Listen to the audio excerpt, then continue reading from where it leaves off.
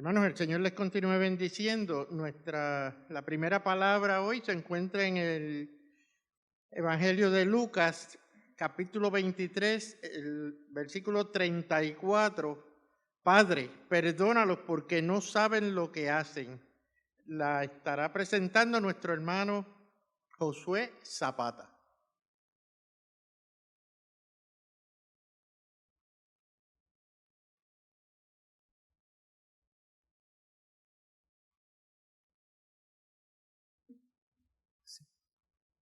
¿Quiénes mataron a Jesús? ¿Quiénes son culpables de este vil asesinato? Definitivamente, en primera fila, tenemos que contar a los fariseos que odiaban a Jesús y que en múltiples ocasiones buscaron entramparlo con sus preguntas, acusarlo de sanar en el día de reposo o por afirmar ser el Hijo de Dios, el Mesías, e incluso afirmar ser Dios mismo. ¿Qué me dicen de Judas? Judas Iscariote, que habiendo recibido solo de Jesús amor, se doblega ante el falso Dios del dinero, le traiciona vilmente y le entrega por unas míseras 30 piezas de plata. Deberíamos contar a esos principales sacerdotes y los mafiosos del concilio del Sanedrín, que fabricaron testigos para tergiversar su juicio con mentiras, con el fin de dar muerte a Jesús. Tenemos que contar, en este caso, a todo el imperio romano, cuya cabeza era el César y representado por el gobernador romano de Judea, el cobarde Poncio Pilato, que tuvo la oportunidad de rechazar la ejecución de Jesús y sabiendo que era inocente, se lavó las manos mientras cedía a la presión de la multitud. No podemos excusar tampoco a toda esa multitud de judíos que junto a los principales sacerdotes gritaban: ¡crucifícale! ¡Crucifícale! Incluso jurando que su sangre sea sobre ellos y sobre sus hijos, por lo que también son culpables. ¿No deberíamos contar en este juicio a los cobardes discípulos que huyeron y se escondieron? ¿O como Pedro le negaron por juramento que no le conocían? Pero los perpetradores directos fueron los soldados romanos, que aunque hayan sido órdenes, realizaron esa ejecución tan injusta, cruenta y horrenda que hasta uno tuvo que reconocer que verdaderamente delante de él estaba el Hijo de Dios. ¿Serán solo ellos los culpables de la muerte de Jesús? Porque si lo vemos desde una perspectiva más amplia, ¿no deberíamos incluir a Adán y Eva, que pecaron haciendo necesario que un Salvador pagara ese precio de muerte? Es más, ¿no deberíamos incluir a todos los pecadores de la historia, a todos los idólatras y blasfemos, a todos los que tomaron el nombre de Dios en vano, a los que no santificamos el día del Señor apropiadamente, a los hijos desobedientes que hemos deshonrado a nuestros padres, a todos los asesinos, sea por haber matado o por haber odiado a nuestro prójimo en nuestros corazones, a todos los que cometimos adulterio y actos impuros, tanto en el acto como por lascivia en nuestras mentes y en nuestros corazones, a todos los que robamos, dimos falso testimonio, codiciamos o deseamos los bienes y las bendiciones de nuestro prójimo. Todos nosotros, transgresores y viles pecadores, merecíamos esa muerte. ¿No habremos sido nosotros mismos los que matamos a Jesús? Que por nuestra propia concupiscencia Dios mismo sabe que hemos cometido múltiples pecados violando la misma ley de Dios. En muchos casos cuando nadie nos ve. En muchos otros casos de manera pública con absoluta vileza, traición y alevosía. Y con todo y eso, Jesús, en esa absoluta humillación, padeciendo los sufrimientos de la cruz, ora al Padre y dice: Padre, perdónalos porque no saben lo que hacen. Pero los que le crucificaron sabían muy bien lo que estaban haciendo. Y nosotros que cometimos delitos contra la ley de Dios, lo hicimos de manera libre, con absoluta maldad, sabiendo lo que hacíamos. ¿Por qué Jesús dice que no sabían lo que hacían? Dios nos revela parte de este misterio en el primer sermón de Pedro en el día de Pentecostés, cuando dice que Jesús Nazareno, varón aprobado por Dios, por las maravillas y prodigios y señales que Dios hizo por medio de él, fue entregado por el determinado consejo y anticipado conocimiento de Dios. ¿Quién mató entonces a Jesús y le crucificó como malhechor siendo inocente? Fue Dios mismo. En el misterio de la Trinidad, en la paradoja de la cruz, en el misterio de la redención, Dios crucificó a Dios. ¿Y cuál es entonces el desenlace de esta oración de Jesús en la cruz? ¿Habrá perdonado el Padre a quienes le crucificaron? Los que estaban frente a esa cruz no sabían que aún con su maldad todo había sido un plan eterno y determinado consejo de Dios para cumplir las palabras que dijo el Señor Jesucristo a Nicodemo. De tal manera amó Dios al mundo que dio a su Hijo unigénito para que todo aquel que en él crea no se pierda, mas tenga vida eterna. La Biblia nos muestra que Dios Padre perdonó a los que por medio de la gracia dada por el Espíritu Santo de Dios miraron y pusieron su confianza en Dios Hijo, el cual obedeció toda la ley y derramó su sangre preciosa en aquella cruz. Mientras repartían sus vestidos, echando suertes, en esa misma hora, creyentes de todas las épocas, de todas las naciones y lenguas, eran vestidos con los ropajes de justicia de Cristo, declarándole justos sin ellos merecerlo. Esto incluyó a los que meses después estuvieron en Pentecostés, cuando Pedro les dijo: sepa pues ciertísimamente toda la casa de Israel que a este Jesús, a quien vosotros crucificasteis, Dios le ha hecho Señor y Cristo. Dice que al oír esto se compungieron de corazón y dijeron a Pedro y a los otros apóstoles: varones hermanos, ¿qué haremos? Pedro les respondió: así como las Escrituras nos hacen un llamado para todo el que me escucha hoy, arrepiéntanse y bautícense cada uno de ustedes en el nombre de Jesucristo para perdón de pecados y recibirán el poder del don del Espíritu Santo, para que vosotros, porque para vosotros es la promesa, y para vuestros hijos, y para todos los que estén lejos, para cuantos el Señor nuestro Dios llame. Amén.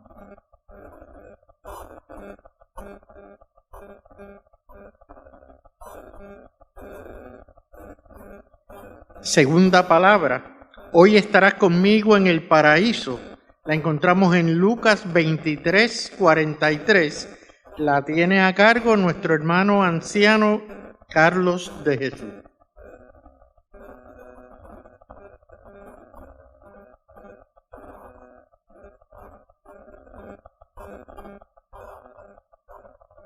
Muy de mañana, dice la palabra, había comenzado el proceso para enjuiciar a un justo por el delito de ser rey de los judíos. Y ciertamente lo era.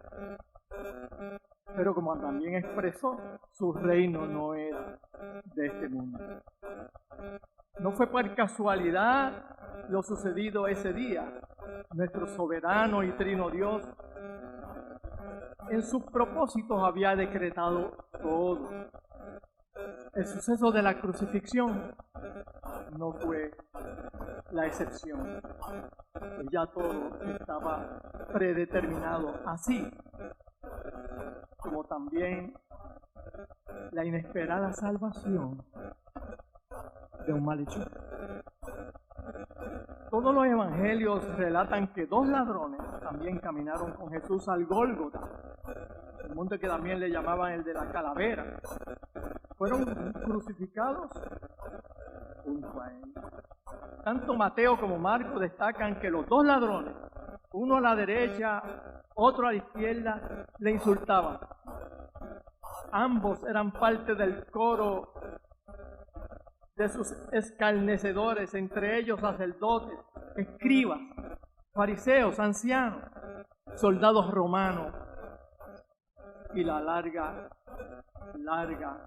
cantidad de infinita. En otras palabras, una turba orquestada con un solo fin. Bueno, que se cumpliera la palabra de Dios.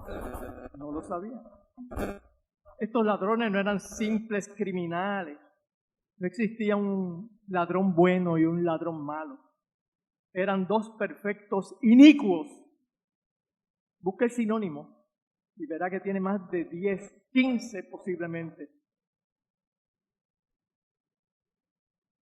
Sinónimos, todos que van de lo malo a lo peor. Inicuos que continuamente traman el mal. Y así se cumple la profecía del Mesías en Isaías 53:12, porque ya 700 años se había dicho que fue contado entre los pecadores. Y yo destaco la maldad de estos utilizando nuevamente el adjetivo de inicuo. Ambos ladrones vituperaban a Jesús, lo humillaban públicamente, pero en el transcurso del día, uno de los dos ladrones experimentó un cambio, no solo de actitud, sino claramente de corazón. Una profunda transformación, una profunda metanoia se estaba esperando, estaba experimentando en este malvado criminal. La revelación de Dios fue sobre él. Reconoció que era pecador, que sí merecía el castigo de la crucifixión. Y más sorprendente aún dijo sobre Jesús: este ningún mal hizo, porque reprendía al otro criminal.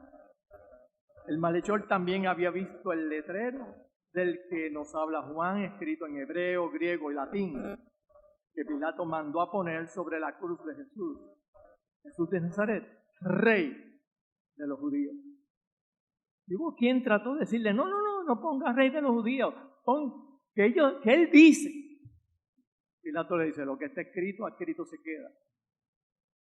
Sin duda un arrepentimiento que solo puede ser obra de la gracia redentora por medio del Espíritu Santo, reconociendo la deidad en Jesús y reconociéndole como soberano. Y como si fuera poco, este hombre, ahora convertido, eleva una oración implorando misericordia para sí, mientras los discípulos de Jesús lo negaban y se distanciaban de él, con excepción de Juan. Este ladrón demostraba que sabía que Jesús tenía las llaves del reino de los cielos y clamó a él: acuérdate de mí cuando estés en el paraíso, refiriéndose aquí como el cielo, el lugar donde los escogidos gozan de la presencia de Dios.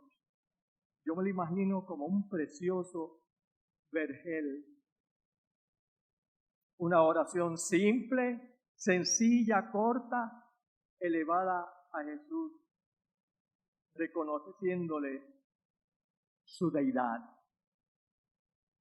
Y de quien pudimos pensar que iba directo al infierno, resultó ser uno de los elegidos. ¿Y quién puede otorgar el perdón sino nuestro Trino Dios, nuestro Redentor, Jesucristo? La respuesta no se hizo esperar. La promesa de salvación después de la muerte biológica. Jesús expresó su segunda palabra en la cruz: de cierto te digo que hoy, no después, no en el purgatorio, hoy estarás conmigo en el paraíso. La promesa presupone la conversión que ocurrió en este malhechor que gritaba injurias y ahora estaba convencido que Jesús era Dios, era el Rey. Jesús, a modo de garantía, cuando dice, de cierto te digo, implicando te aseguro, indicando que sus pecados fueron perdonados y el cielo estaría abierto para él, estando ante la presencia de Jesús. La respuesta fue tan pronto como hoy, en aquel día. Es decir, de forma inmediata e inminente, como solo nuestro Trino Dios puede garantizar. Cristo, en su estado de humillación y humanamente agónico, hace lo que solo Dios puede hacer: devolver vida a un muerto en delitos y pecados, ahora arrepentido, con un corazón contrito y humillado. Es importante destacar que el ladrón tocó fondo, vivió la aflicción de su castigo en la cruz, terriblemente atormentado en su cuerpo, también en estado agónico, ante la severidad del dolor que sufría. Esto no le impidió reconocer y saborear la bondad de Dios. ¿Sabes qué? De pequeño, mi madre tenía uno de los muchos refranes de la época. Nos decía particularmente a los varones, éramos 5. Había mujeres también. Ustedes no aprenden hasta que no dan con la cabeza en la laja. Este ladrón había experimentado el encontronazo con la laja. Pero Dios es bueno. Sabemos que la salvación no es para todo y solo es cierta en Cristo Jesús. Marcos lo expresa claramente: el que creyere será salvo, mas el que no creyere será condenado. Le espera el infierno. Pero hermanos, descansemos satisfechos al saber que aquellos que estamos injertados por la fe en el cuerpo de Cristo somos partícipes de esa promesa de salvación y vida eterna. Hermanos, todas nuestras aflicciones deben mitigarse y aliviarse con este único consuelo, que tan pronto como nos hayamos reconciliado con Dios, esto hará que nuestra fe salga victoriosa de todas nuestras angustias y disfrutemos de la presencia en Él en nuestras vidas, confiando siempre en sus promesas, en total paz espiritual, como la experimentó asombrosamente en tan corto tiempo aquel redimido ladrón. Dios les bendiga, hermano.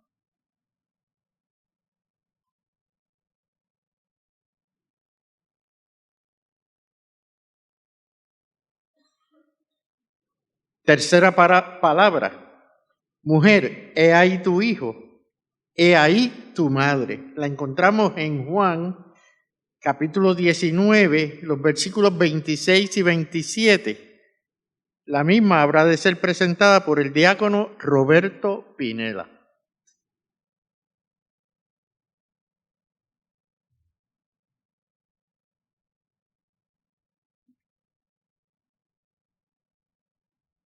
La descripción que Juan da de la túnica de Jesús puede haber tenido la intención de servir como puente para su relato de las palabras de Jesús a su madre María y al discípulo que amaba, el mismo Juan.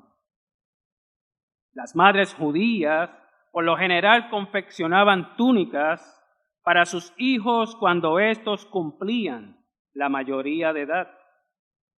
Existe la posibilidad de que esta túnica pudo haber sido un regalo especial de amor de parte de María a Jesús.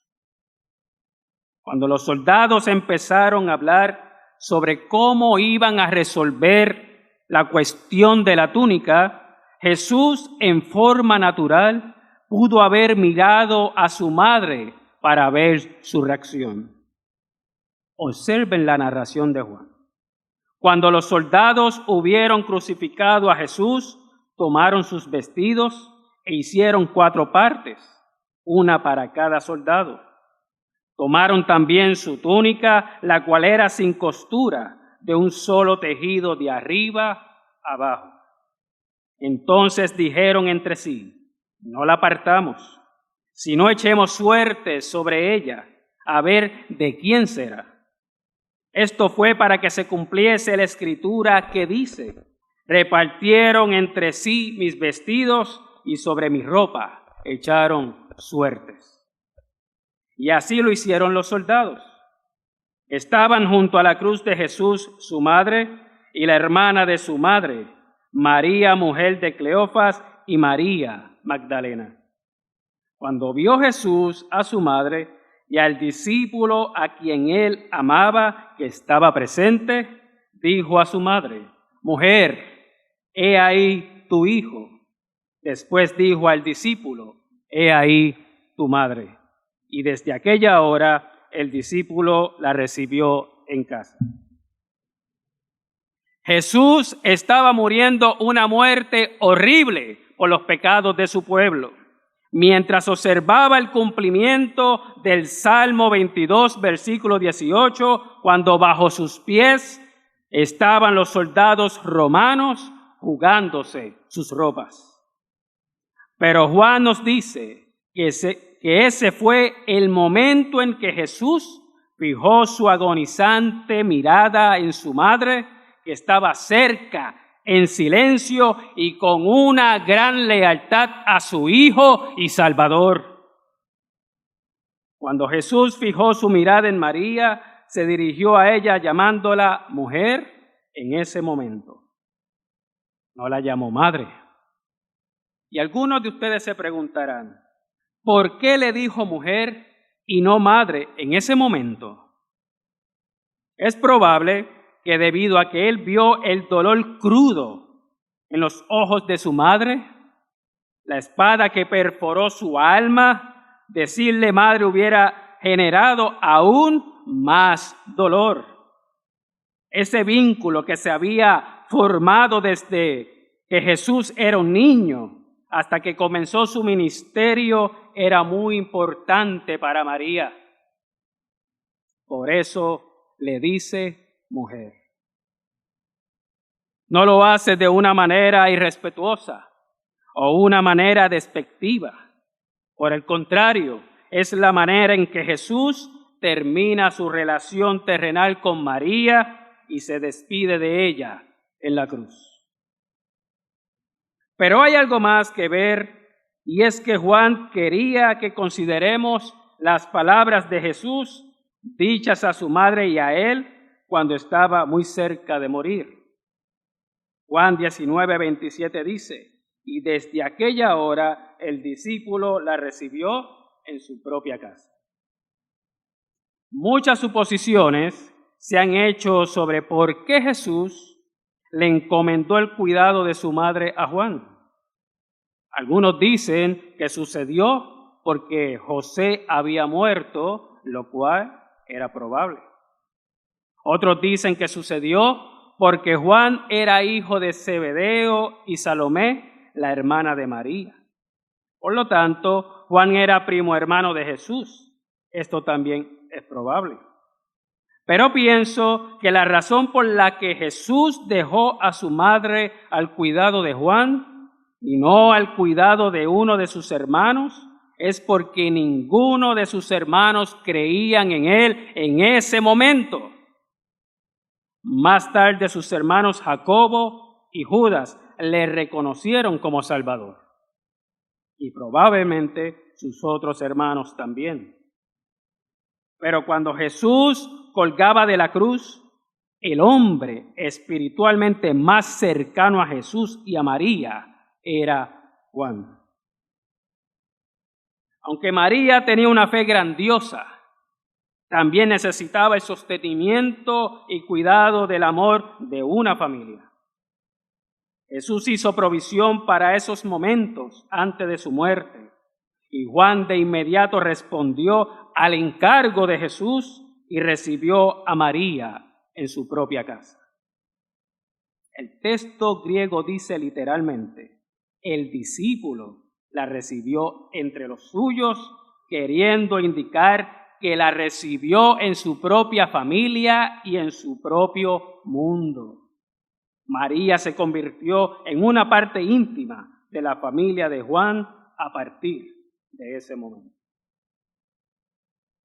Aún en su más atroz angustia, Jesús pudo consolar a su madre desamparada, proveyéndole a Juan para que cuidase de ella, y hizo honor al quinto mandamiento que dice: honrarás a tu padre y a tu madre.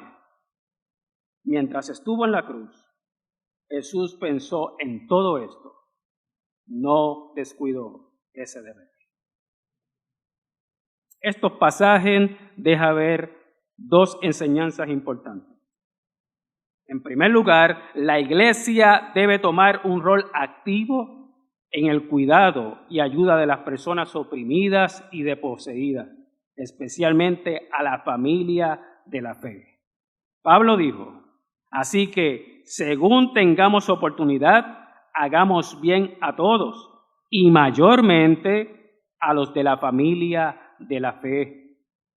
La vida cristiana no solo se trata de reunirse los domingos dentro de un edificio para adorar a Dios, debe también enfocarse en apoyar y ayudar a las personas de gran necesidad en la sociedad, comenzando por compartirles el mensaje de amor del Evangelio, pero también se espera la ayuda material a los tales.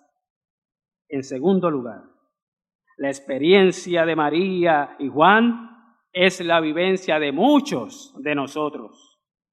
Nuestra familia más cercana es la familia de la fe. Al Jesús colocar a su propia madre al cuidado de un discípulo suyo, Jesús inaugura una nueva comunidad, la iglesia. Esa iglesia de Cristo que ama y cuida al necesitado, la que se preocupa por el desamparado, la que consuela al afligido. Esa iglesia donde todos somos hermanos y hermanas en el nombre del Señor. Amén.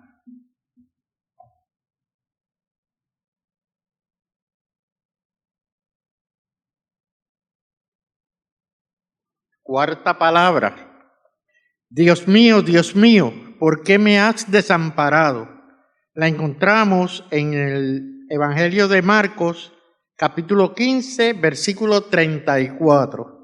La tiene a cargo nuestro hermano anciano Efraín Girau.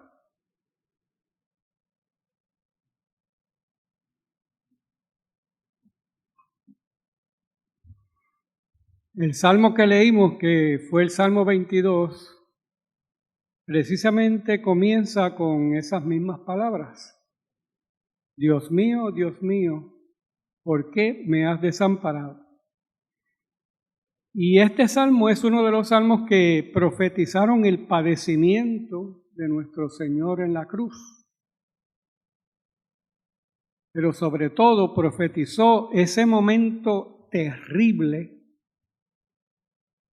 cuando el Padre, que había declarado en su bautismo: este es mi Hijo amado, en el cual tengo complacencia, ese mismo que Jesús se refiere a él en su oración sacerdotal como su Padre, y le dice: glorifícame tú al lado tuyo con aquella gloria que tuve contigo antes que el mundo fuese. Y también le dice: todo lo mío es tuyo y lo tuyo mío. El Padre, con quien había una total comunión, una perfecta amistad, si lo podemos decir así, una perfecta amistad. Su único amigo. Ese único amigo se aleja, dejándolo en terrible desolación. Por eso él clama: Es un clamor. Dios mío, Dios mío, ¿por qué? ¿Por qué me has desamparado?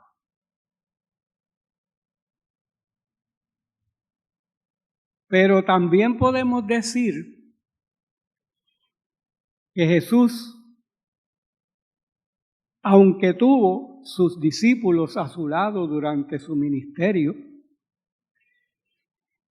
y vemos multitudes, si leemos bien los evangelios, hay momentos en que hay multitudes al lado de él. En una ocasión los discípulos le dicen, pero ¿cómo es que tú me dices que alguien dijo esto si todos te estaban apretando? Hubo multitudes, sin embargo, él fue un hombre que podríamos llamar solo. Una vez le contestó a uno que quería seguirlo y le dijo, el Hijo del Hombre no tiene dónde recostar su cabeza.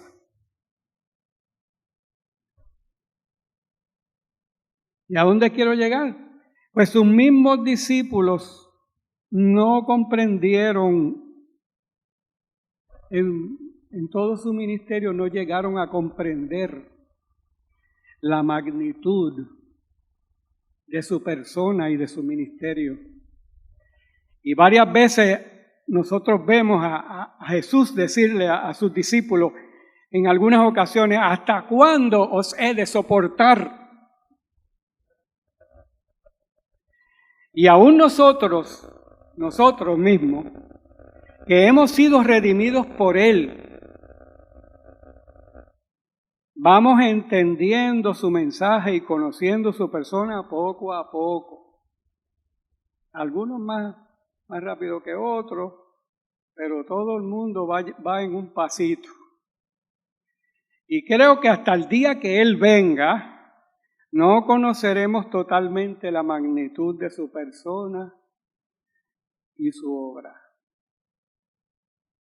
Como bien dijo el profeta Isaías, en el capítulo 53, no hay parecer en él ni hermosura, le veremos mas sin atractivo para que le deseemos, despreciado y desechado entre los hombres, varón de dolores, experimentado en quebranto, y como que escondimos de él el rostro, fue menospreciado y no lo estimamos.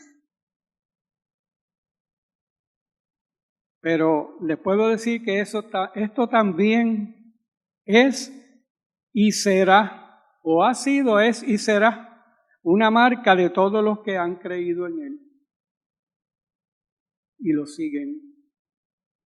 Nos ven como personas raras que los hacen sentir incómodos. Miren, yo recuerdo, que cuando yo viví y trabajé en San Germán, en una compañía de cosas técnicas, de computadoras y esas cosas. Y como San Germán es un pueblo pequeño, la mentalidad es de pueblo chiquito. Se sabe todo. Las cosas corren así de boca en boca. Y los compañeros sabían que yo era evangélico y que iba a la iglesia bautista del pueblo. Y como yo iba a veces con el pastor por el pueblo repartiendo tratados, invitaciones a la iglesia y todas esas cosas, pues yo me imagino que eso se regó y lo supieron en el trabajo. Eso lo tienen que haber sabido. Y como yo pues no participaba de muchas cosas que pues conocen, los chismes, cosas de segundo sentido, todo ese tipo de cosas, uno pues no está, ¿verdad? Ni de cosas desordenadas, etcétera, etcétera, pues eso los incomodaba. Y un día, yo estaba entrando al trabajo y oí a uno de ellos decirle al otro,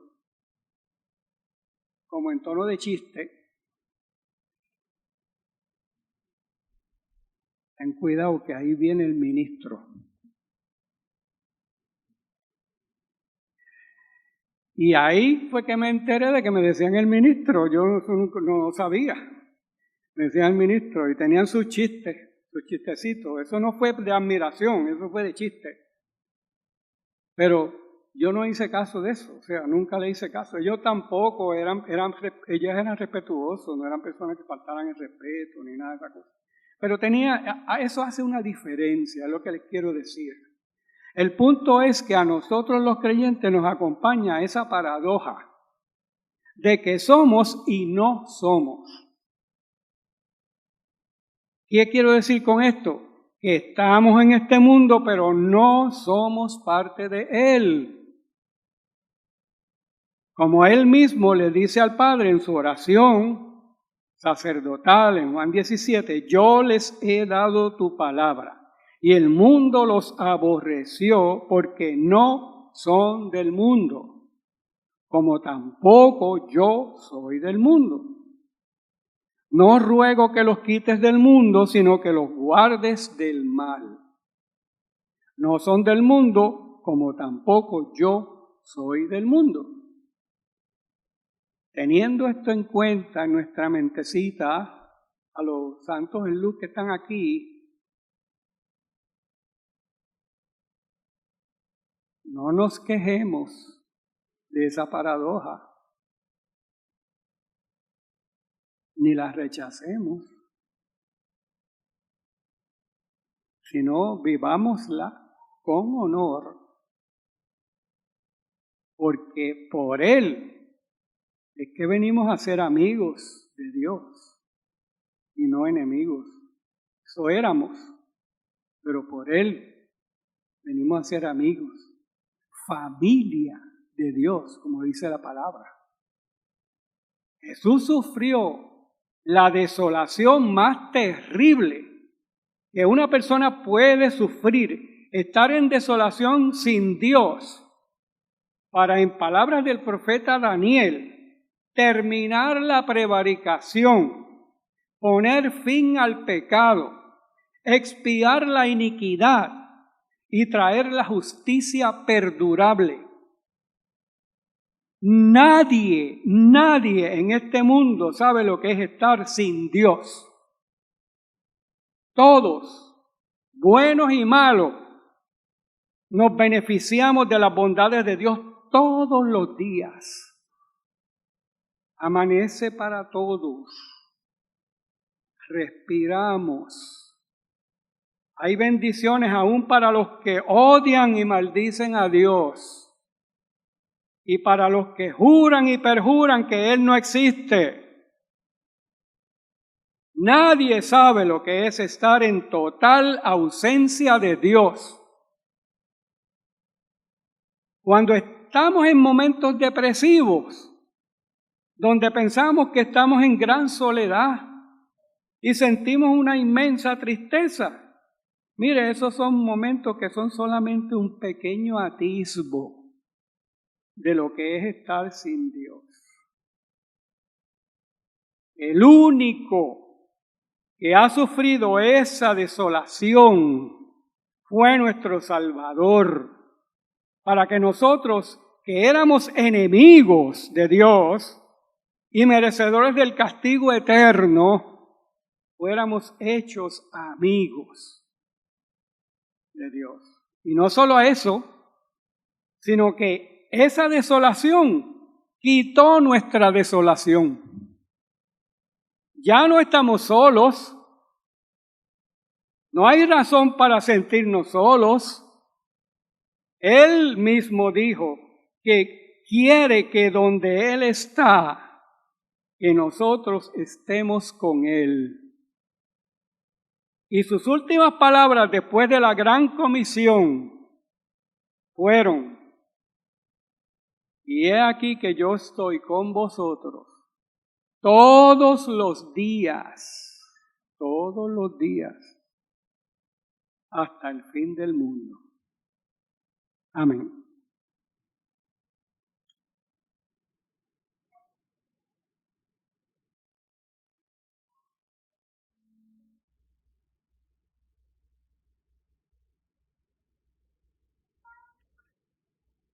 Quinta palabra, tengo sed. La encontramos en Juan, capítulo 19, versículo 28. La misma ha de ser presentada por el reverendo pastor Brandy López de la Iglesia Presbiteriana Sola Escritura en Guayama. Tengo sed, dijo el Señor Jesucristo en la cruz del Calvario. Yo sé que todos hemos experimentado sed en algún momento. Si usted hace ejercicio, bien por usted y le da sed, ¿verdad? Cuando usted hace ejercicio. Cuando está enfermo, en fiebre, también le da sed. O cuando la mujer da luz de tanto esfuerzo, también le da sed. Hace calor, también le da sed. Hay muchas razones por las cuales nosotros nos da sed. Pero la sed que nosotros experimentamos jamás en la vida se parece o asemeja a la sed que nuestro Señor Jesucristo tuvo en la cruz del Calvario. La sed que nuestro Señor Jesucristo tuvo en la cruz del Calvario fue una sed física, pero también una sed espiritual. En este verso, en estas palabras, les voy a traer 2 puntos. Jesús sufrió la sed de la maldición por su pueblo. Y el segundo punto, Jesús es la fuente de vida de su pueblo. Estas palabras de Jesús, Él las dijo para que se cumpliera lo que decía en el Antiguo Testamento, lo que dice el Antiguo Testamento en Salmo 69, 21, que dice: y por comida me dieron hiel, y para mi sed me dieron a beber vinagre. ¿Por qué la sed del Señor Jesucristo no es la misma sed que la que nosotros experimentamos? Porque la sed del Señor Jesucristo es un reflejo, es por causa del juicio de Dios. Y tengo 2 versos como evidencia para esto. Primero, Oseas capítulo 2, verso 3, dice: no sea que yo la desnude completamente y la deje como el día en que nació, y la ponga como un desierto, y la reduzca a tierra seca, y la mate de sed. Aquí el Señor está pronunciando maldición al pueblo desobediente. Pero también lo vemos en el Nuevo Testamento. Un relato bastante popular, el cual Jesús estaba cerca de una higuera y vio que no había fruto en la higuera. En Mateo 21, 19. Y Jesús dijo: nunca más vuelvas a dar fruto. Y al instante la higuera se secó. En el Antiguo Testamento, la palabra sequía o seco se refleja o se refiere al juicio de Dios, a la ira de Dios. Y hermano, usted lee estas palabras de Jesús: tengo sed, pero yo quiero que usted ponga en su mente que Jesús tuvo sed a causa de usted. ¿Por qué? Porque cuando Adán y Eva desobedecieron a Dios, ellos experimentaron la sed más grande que ellos podían haber experimentado. Una sed espiritual. Ya estaban destituidos de la gloria de Dios, estaban separados, fueron echados de toda bendición, completa comunión con Dios. Hermanos, todos fuimos creados santos y felices, pero por el pecado caemos en un estado de miseria y de pecado. Y el pecado corrompe no solamente alguna parte de nuestro ser, sino que el pecado corrompe toda nuestra parte, todo lo que nosotros somos. Por esta razón, estamos secos. Mejor dicho, antes de Cristo, estábamos secos. La ira de Dios estaba sobre nuestras cabezas. Y hermanos, no teníamos ningún tipo de escapatoria por nuestra propia fuerza. Si existe alguno hoy día entre nosotros que nos visita y no ha confesado, no ha creído, no ha gritado y creído en su corazón que Cristo es el Rey y el Salvador de su vida, déjeme decirle que usted está en sequía, está completamente seco, está muerto.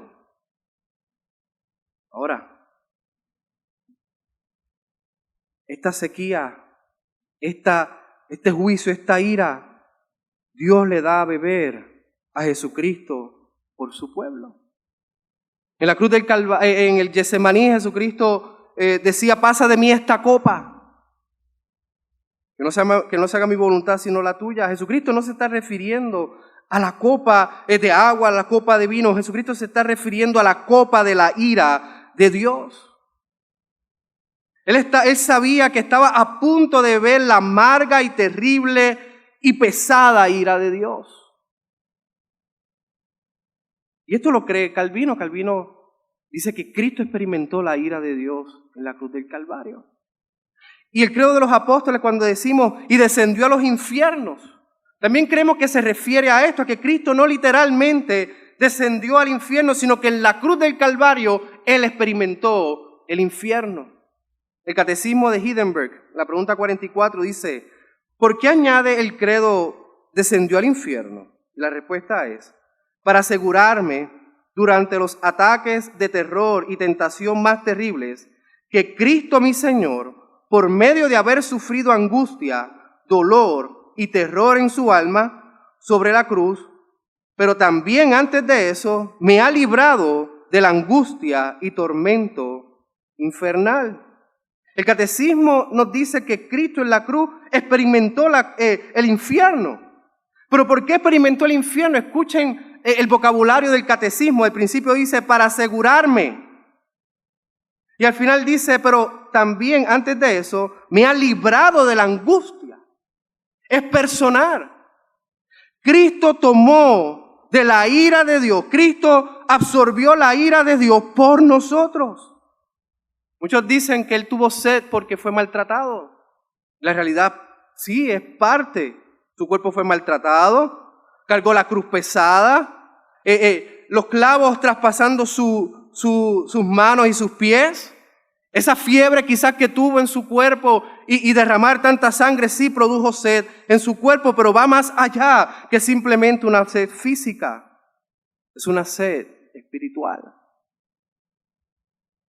Nosotros tenemos evidencia de esto. En Lucas 16:24, el rico y Lázaro.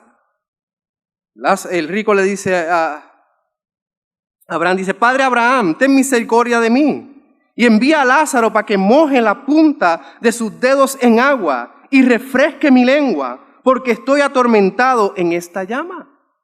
Aquí se ve la angustia del rico, la sed del rico producido por la ira de Dios, por el infierno. Y fíjense que el rico le dice, vaya, envía ángeles que le hable a mi familia acerca de lo que estoy experimentando. Porque él sabía que el infierno era terrible. Pero el rico no necesitaba agua en sí. El rico lo que necesitaba era Cristo Jesús. Aquel que tomó la ira, aquel que tuvo sed por él necesitaba a ese Salvador. Ahora, Jesús es la fuente de la vida para su pueblo. Jesús es la única fuente que sacia el pecado. Jesús es la única fuente que puede revivir a las almas perdidas y secas. Ezequiel 37 dice el profeta, me dijo entonces, profetiza sobre estos huesos y dile, huesos secos, oíd palabra de Jehová. Esta era nuestra condición antes de Cristo. Éramos huesos secos. Estábamos muertos en nuestros delitos y pecados. No te podíamos alcanzar la salvación ni el favor de Dios por nuestra propia fuerza. Pero Dios, por su gran amor, por su gran misericordia, envió al Señor Jesucristo a morir a la cruz del Calvario, resucitar al tercer día y estar a la derecha del Padre. Y no solamente eso, sino que el Paracleto, el Espíritu Santo que desciende del Padre y del Hijo, vino a este mundo, fue enviado para que nos diera vida y vida en abundancia. Ezequiel 37:6 dice, y pondré en vosotros espíritu y viviréis y sabréis que yo soy Jehová. Hermanos, la manera en la que Dios esparce el agua de la vida eterna es por medio del Evangelio de nuestro Señor Jesucristo. Es el ofrecimiento de Cristo en la vida del pecador la que sacia nuestra alma y nos da vida y vida en abundancia. Jesús es la roca que le dio de beber en el Antiguo Testamento al pueblo de Israel. Juan 4:13 dice, todo el que beba de esta agua no volverá a tener sed, pero el que beba del agua que yo le daré no tendrá sed jamás, sino que el agua que yo le daré se convertirá en él una fuente de agua que brota para vida eterna. La pregunta que les tengo a ustedes, ¿Ustedes han bebido de la agua que brota para vida eterna? El agua que brota para vida eterna es para la salvación de nuestra alma. Si usted no ha creído en Cristo, déjeme decirle que Él está dispuesto a abrazarle, a recibirle si usted genuinamente viene en fe a sus pies y le da del agua de la vida eterna. Pero no solamente es para salvación, sino también para nosotros como creyentes. Si usted está en angustia, usted está en depresión, hay problemas en la familia, problemas con los hijos, problemas en el trabajo, hay depresiones. Cuando usted está desesperado por las situaciones de la vida, hermano, aún usted puede venir al agua que brota para vida eterna. Y Él le hará descansar y le dará seguridad de que una vez Cristo tomó la ira de Dios, Él la tomó para que usted no experimentara nunca más el infierno.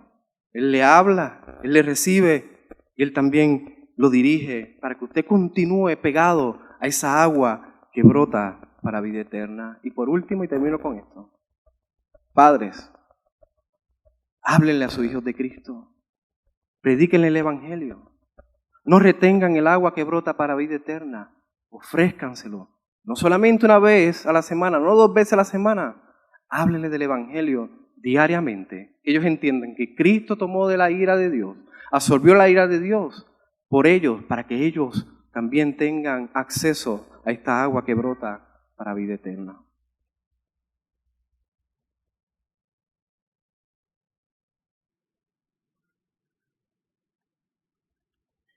Sexta palabra, consumado es.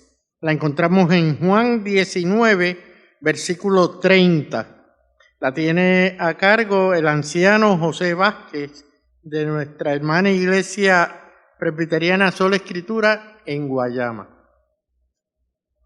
Hermanos, algunas veces ustedes han visto una película cuya historia llegó a ese punto final climático y de mayor intensidad, y de momento de la nada la película se acabó y usted se quedó sin un final claro.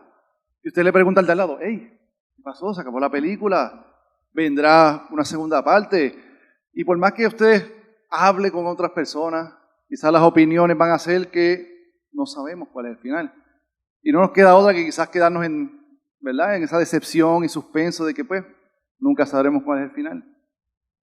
Pero hoy veremos con esta palabra de Jesús dijo, consumado es, que Jesús no nos dejó en suspenso ni en decepción en cuanto a la película de su obra de redención, sino que en el punto de mayor intensidad, Él dijo palabras claras y Él declaró lo que significaba su muerte en la cruz, cuando dijo, tetelestai, consumado es, que son 2 palabras en español, consumado es en griego es una sola palabra. ¿Y qué significa? En esa época tenía múltiples significados, siendo uno de ellos el que se completó el pago de una deuda.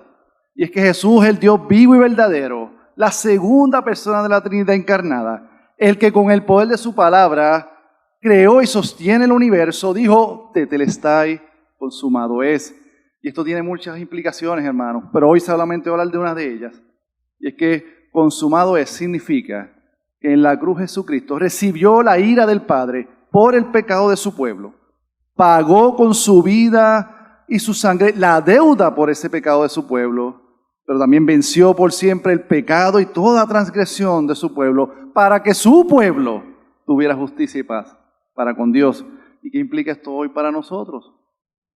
Que nuestro Señor y Salvador, en esa película, por así decir, de la redención, en ese momento importante de la cruz, no nos dejó a nuestras opiniones, no nos dejó a nuestros pensamientos, sino que Él declaró claramente qué significaba su muerte en la cruz. Él dijo, como dice el texto, antes de entregar su vida a su Espíritu, consumado es, completado es. Hermanos, escuchen hoy, la deuda que teníamos con Dios fue pagada completa y perfectamente por el Señor Jesucristo en la cruz del Calvario y se mantiene así, no solamente en ese momento, sino por la eternidad. Entonces la pregunta es, ¿qué deuda pagó Jesús? Ya nuestros hermanos aquí lo han dicho, pero es la deuda por el pecado nuestro contra Dios. Una deuda que ninguno de nosotros podía pagar por ser pecadores. pero Jesucristo, el Hijo eterno de Dios, consumó, pagó esa deuda. Él la pagó por completo. Y hoy todos aquellos que ponemos nuestra fe en Él, podemos obtener esa redención, ese pago. Ahora nos toca a los que hemos aceptado ese pago, vivir reconociendo que el pago fue completo. Así que a los niños que están aquí hoy, veo muchos por ahí, a los jovencitos, veo también algunos, pero también los adultos, quiero que hagamos esto personal. Intencionalmente meditemos. Nuestras vidas, pensamientos y acciones muestran que creemos esto que dijo Jesús, que consumado es. ¿Por qué les digo esto? Porque en la historia de la iglesia, quizás hombres y mujeres cristianos más piadosos que yo, y quizás que ustedes, olvidaron en muchos momentos lo que dijo Jesús. Por ejemplo, el apóstol Pablo en la epístola a la iglesia de Gálatas nos deja ver que ellos olvidaron que Jesús dijo consumado es, cuando enseñaban que sí eran salvos por la obra de Cristo, pero necesitaban circuncidarse para mantener la salvación. O también la iglesia de los primeros siglos y luego la iglesia católica romana olvidó que Jesús dijo consumado es, cuando enseñaban y siguen enseñando que somos salvos por Cristo, pero necesitamos tradiciones, ritos y hasta indulgencias, dinero para mantener y volver a reganar la salvación que según ellos se pierde. Entonces ustedes dirán, no, espérate, tranquilo. Tú lo que estás hablando es de esta gente antes de la Reforma. Ahora nosotros, los que somos post la Reforma, tenemos mejor entendimiento de la redención. Tenemos a Calvino, tenemos los divinos de Westminster, los unimos. Ay, tenemos los credos y confesiones de Westminster. De hecho, tenemos ministros aquí, mira, así, que no son sabios, hombres serios que predican el Evangelio de Dios. ¿Cómo tú me vas a decir a mí que olvidamos lo que Jesús dijo? Sí, hermano, porque aún por el pecado que queda en nosotros, por nuestra altivez, olvidamos de vez en cuando las palabras de Jesús. Y es que en lo más íntimo de nuestro corazón y mente, muchas veces pensamos que tenemos que hacer algo para ganar el amor de Dios. No en Cristo y en su obra, sino en algo que podemos hacer nosotros. También olvidamos las palabras de Jesús cuando pecamos públicamente y algún hermano o pastor nos confronta en amor. Y en vez de ir a la cruz de Cristo, a ese que dijo consumado es en arrepentimiento genuino, lo que hacemos es sacar ese abogado interno, que uno típicamente nos aconseja que demos excusas por el pecado. Dos, también nos aconseja que mintamos para ocultar el pecado. O tres, también nos aconseja que nos vayamos a otra iglesia, renunciemos a nuestra membresía, porque en otra iglesia nos van a tratar quizás como deberíamos hacerlo. Pero no escuchemos ese abogado interno. No vivamos, hermanos, en autojustificación, sino que demos frutos de arrepentimiento, confesando nuestros pecados a aquel que dijo, consumado es. Como dice el Catecismo Menor en la pregunta 36, voy a leer la respuesta.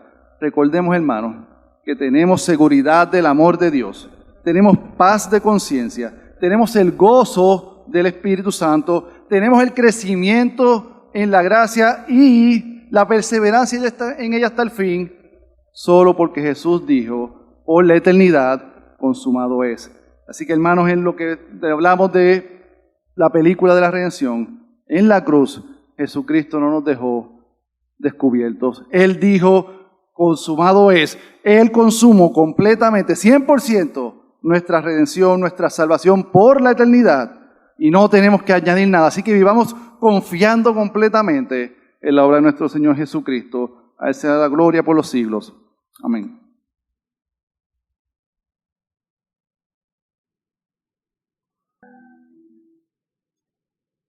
Séptima palabra. Padre, en tus manos encomiendo mi espíritu. La encontramos en el Evangelio de Lucas, capítulo 23, versículo 46. Nuestro pastor Carlos Cruz Moya tiene a cargo la misma.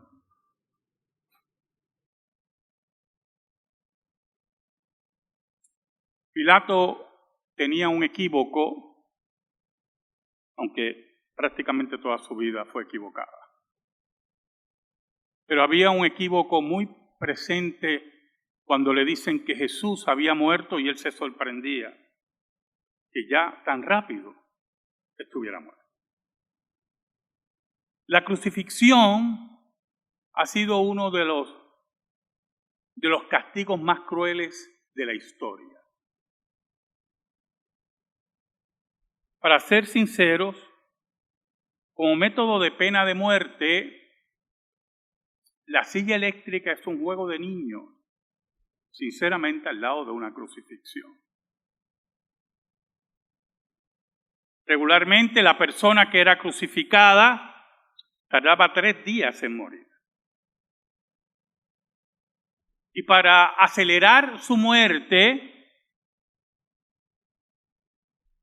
se le fracturaban las piernas para así, en la caída del cuerpo, aunque estuviera todavía crucificado, sus pulmones por fin colapsaron. Era un sufrimiento cruel, terrible. Y Pilato estaba sorprendido. Lo que Pilato no entendía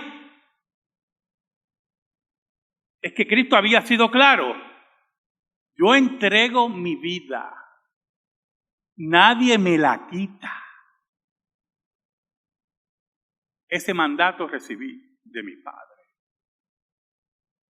Cristo entrega su vida porque era el mandato de su Padre y Él moría cuando tuviera la convicción de que la obra estaba totalmente realizada. Por lo tanto, Pilato no entendía. Hoy yo sé que lo entiende. 2000 años tarde. Pero la pregunta es, hermano, Padre mío, como dicen en otros lugares, en tus manos encomiendo mi espíritu. ¡Qué paradoja! Confío en ti, Padre mío, aunque unos minutos más tarde me sentí abandonado de ti. Confío en ti, Padre mío, aunque unos minutos más tarde recibí tu ira. Recibí tu rechazo. Sentí la sed terrible, como decía nuestro predicador, de estar lejanos de Dios. El abandono de Dios.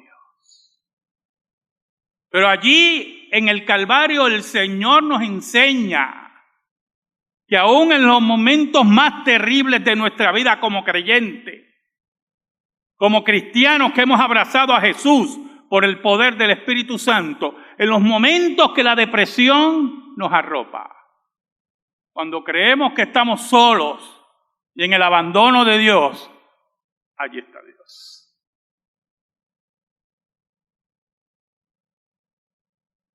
Allí en ese misterio donde Dios abandona a Dios, la fe y la confianza de Jesús nunca fue minada, nunca fue afectada.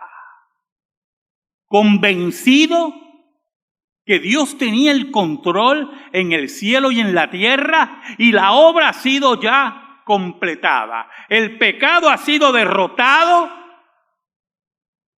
y estábamos viendo, siendo testigos de la muerte de la muerte.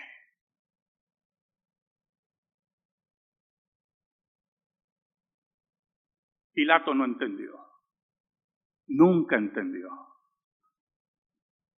Y los que los rodeaban veían en la entrega del Espíritu una victoria sobre él.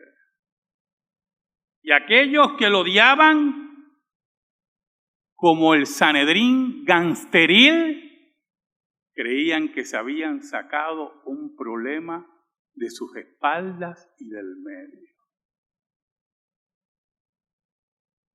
No entendían. Ese problema que ellos creían que habían vencido se iba a multiplicar en creces, exponencialmente. Y hoy, 2000 años después de la entrega de la vida de Jesús en la cruz, de la entrega en confianza de aquel que aunque lo abandona nunca lo soltó, es un problema mayúsculo para todos aquellos que odiaban a Jesús y hoy todavía odian. Esta semana escuchaba a un rabino hablando de Jesús. Y lo que dijo de Jesús fue tan ofensivo a mi persona, que hace tiempo no sentía ese tipo de ira, de indignación dentro de mí.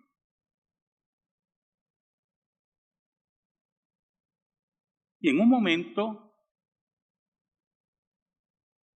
quité el programa. Todavía hervía en mí un pequeño volcán. Mi indignación a cómo se habló de mi rey, de mi Salvador, de mi Señor. Y reflexionando, me fui apaciguando y pensando en esta palabra, me dije a mí mismo, Jesús ya entregó su espíritu, Jesús ya venció la muerte, Jesús ya reina. ¿Qué puede hacer un rabino? ¿Qué podía hacer Pilato? ¿Qué puede hacer el Imperio Romano? ¿Qué no pudo hacer la Unión Soviética? ¿Qué no pudieron hacer todos aquellos enemigos de la Iglesia? La muerte de Jesús significó la vida de los suyos, significó la vida de la Iglesia. Allí Él cumplió sus palabras. Yo doy mi vida, nadie me la quita.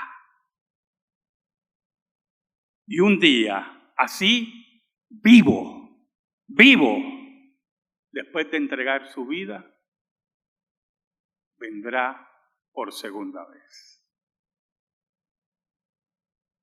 En ese juicio final, ¿sabe quién va a estar?